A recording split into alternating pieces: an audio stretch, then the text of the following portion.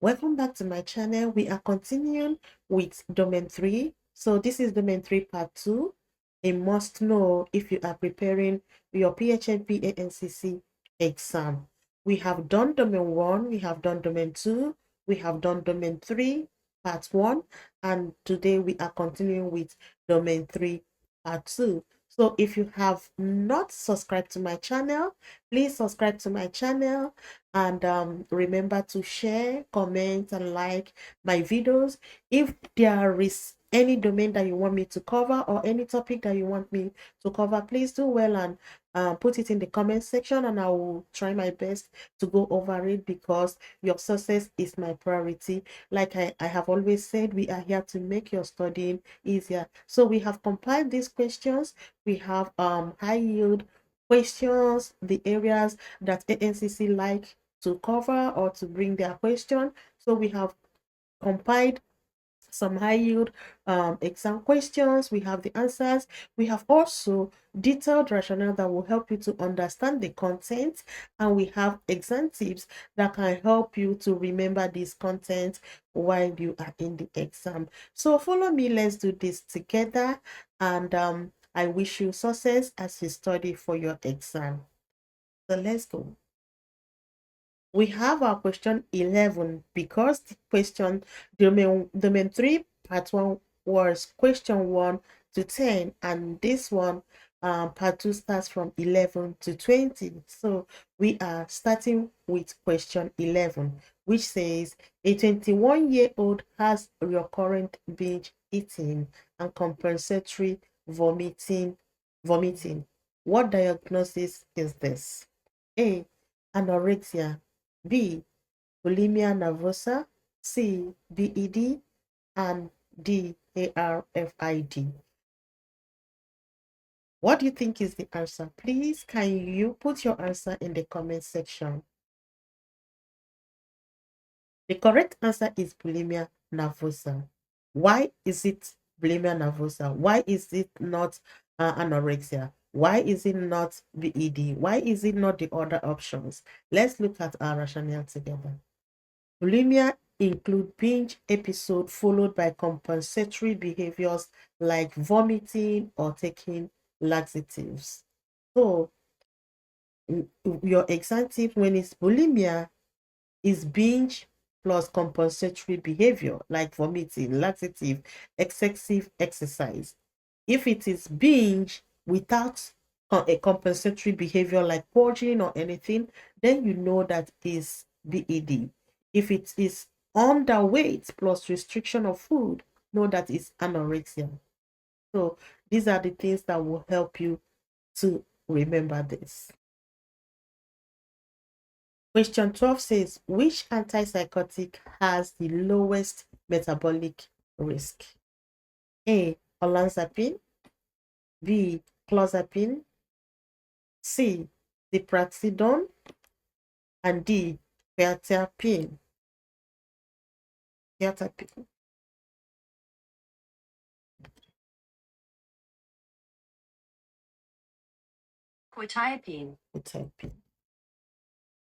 Which antipsychotics has the lowest metabolic risk? A, olanzapine. B, clozapine. C, ziprasidone. And D, quetiapine. What do you think is the correct answer? Drop your answers in the comment section. The answer is ziprasidone. Why? Why is it ziprasidone? Ziprasidone and loraxidone have lower rates of weight gain and metabolic syndrome. Highest metabolic risk is olanzapine and clozapine. Lowest is ziprasidone and loraxidone. You need to remember this. So if weight and metabolic concern is in the exam, pick these lean options. So remember that olanzapine, clozapine, they have the highest risk of metabolic risk, and ziprasidone and loraxidone have the lowest metabolic risk. A child presents with hyperactivity fidgeting and interrupting others across school and home. Which diagnosis is this? A. ODD. B. ADHD. C. Conduct disorder. D. Anxiety. Put your answers in the comment section. The answer is ADHD. This is because symptoms must be present in greater than one setting with functional impairment. So ADHD, it has to be more in the symptoms has to be in more than one setting. ADHD must occur in more than one setting before age 12 and cause impairment. If only school or only home, reconsider the diagnosis.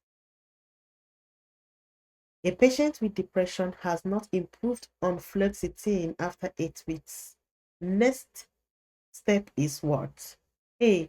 Stop immediately. B. Increase dose.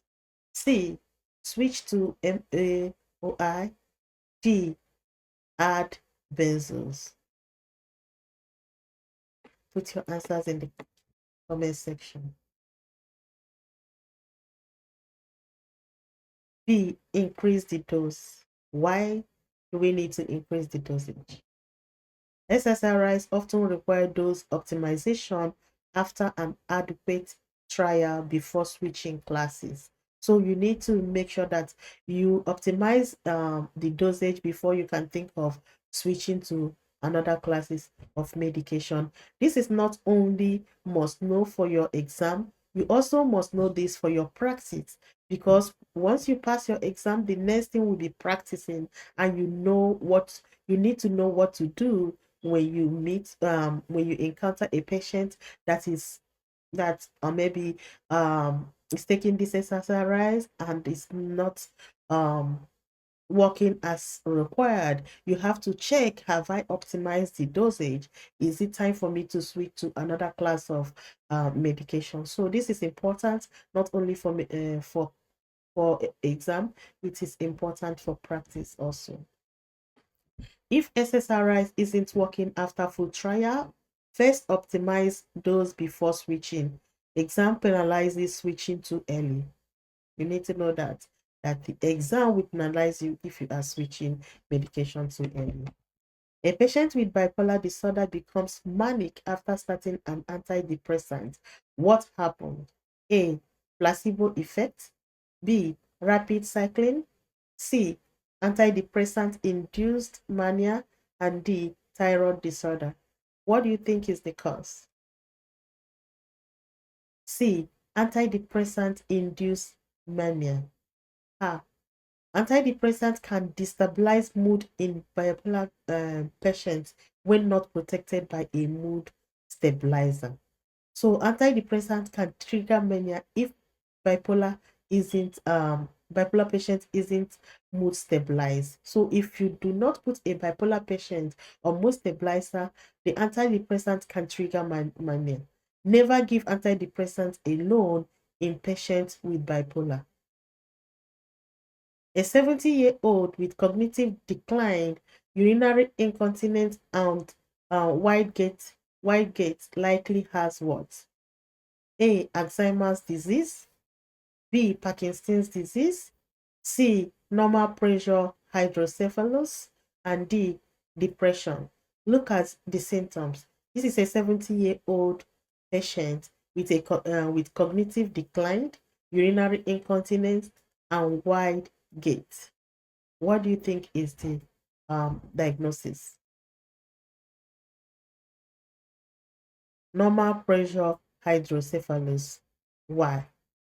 Classic triad: gait disturbance, urinary issues, and cognitive impairment are classic symptoms of this disorder. Normal pressure hydrocephalus, mnemonic: weight, that is incontinent, wobbly gait, and wacky cognition. So you need to remember this. You can remember this to help you in your exam: weight, wobbly, and wacky. That is incontinent, gait, and cognition.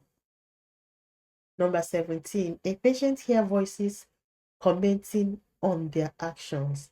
This is what? A, illusion. B, hallucination. C, delusion. And D, flashback. The answer is hallucination. Auditory hallucination are sensory perceptions without external stimuli. Hallucinations are perceptions without stimuli. Voices commenting strongly suggest schizophrenia spectrum disorder. Remember that patients with schizophrenia, they hear voices, they have hallucination and delusion, and that is the positive symptoms of schizophrenia. Which medication requires dietary tyramine restriction? Which medication requires dietary tyramine restriction? A, sertraline. B, phenelzine. C, bupropion. And D, buspirone. Phenelzine, okay. This is because MAOIs have risk of hypertensive crisis when combined with tyramine-rich food.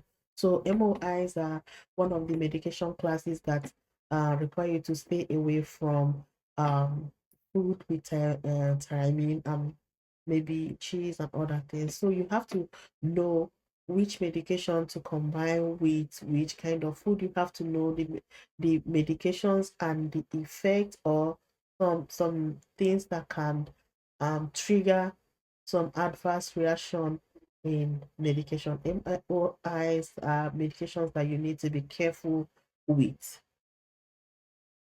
MAOIs require tyramine restriction to prevent hypertensive crisis. Think aged cheese, wine, cured meats. Okay.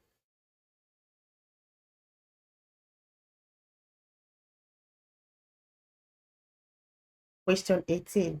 Which medication requires dietary tyramine restriction? A, sertraline. B, phenelzine. C, bupropion. D, buspirone. Which medication requires dietary tyramine restriction? A, sertraline. B, phenelzine. C, bupropion. And D, buspirone. Put your answer in the comment section. The answer is B, phenelzine. This is because phenelzine is MAOIs and they have risk of hypertensive crisis when combined with food that are rich in tyramine. So MAOIs require tyramine restriction to prevent hypertensive crisis. Think aged cheese, wine, cured meats. So when you see this, know that you cannot mix them with MAOIs. Okay. A 33-year-old with PTSD avoid crowds and has hypervigilance. What therapy is best? This is a 33-year-old with PTSD who avoids crowds and has hypervigilance. What therapy is the best for this patient? A, supportive therapy. B, exposure therapy. C, brief solution therapy. And D, thought stopping. Put your answer in the comment section. Exposure therapy. Exposure rewires fear circuits and reduce avoidance, and this is a core therapy for PTSD.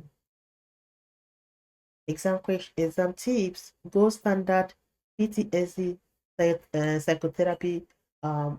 Psychotherapy is exposure therapy because it targets avoidance, and that is the core pathology of PTSD.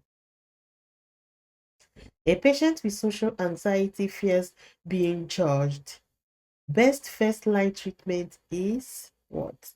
These patients have a social anxiety. What is the best first line treatment? A. Benzos. B. CBT and SSRI.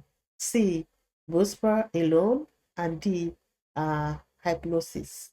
What do you think? The answer is CBT and SSRI. Combination treatment reduces physical fear and corrects distorted belief around judgment. So you know that CBT target thought. The exam tip here is best first line treatment for social anxiety is CBT and SSRI. CBT changes thought patterns. SSRI reduces physiological fear response. And that brings us to the end of domain 3 part 2. Watch out for more questions coming from all the different domains. Like I said earlier, I have domain 1 already on the channel. I have domain 2. I have domain 3 part 1 and part 2. So if you have not seen this, please subscribe, go to my channel, and you will see this. We also talked about psychotherapy. We have about clozapine. There are a lot of things in the channel that will help you if you are preparing for your Pmhnp exam. I am dedicating this to you because I want you to be successful. And remember, like to share, comment, like, and invite others to watch this. I will see you in my next video. And I wish you success as you prepare for your exam.